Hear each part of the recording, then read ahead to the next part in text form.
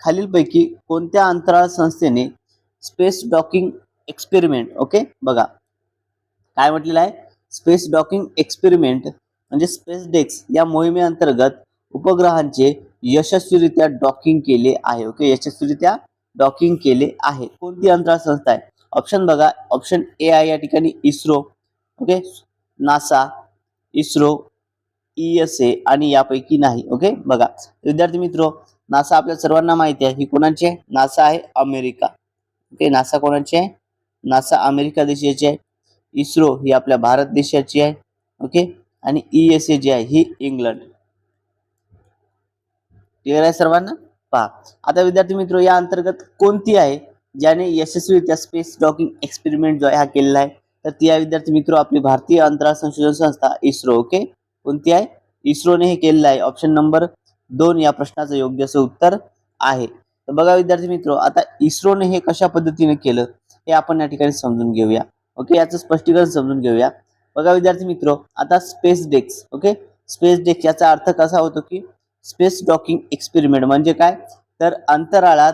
बघा अंतराळामध्ये दोन उपग्रहांना ओके अंतराळात काय दोन उपग्रहांना एकमेकांशी जोडणे आणि ते नंतर त्यांना वेगळे करणे म्हणजे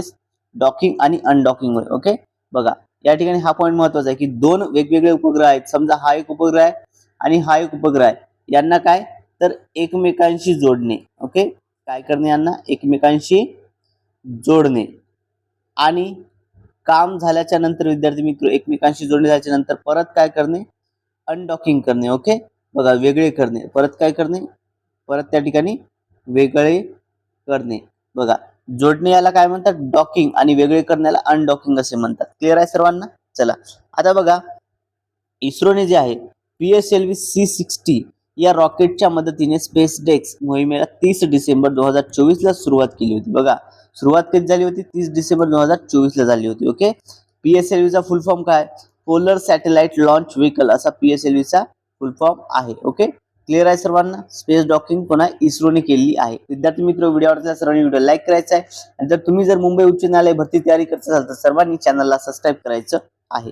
यानंतर पहा अजून आता हा जे उपग्रह येतात उपग्रह ओके बघा यामध्ये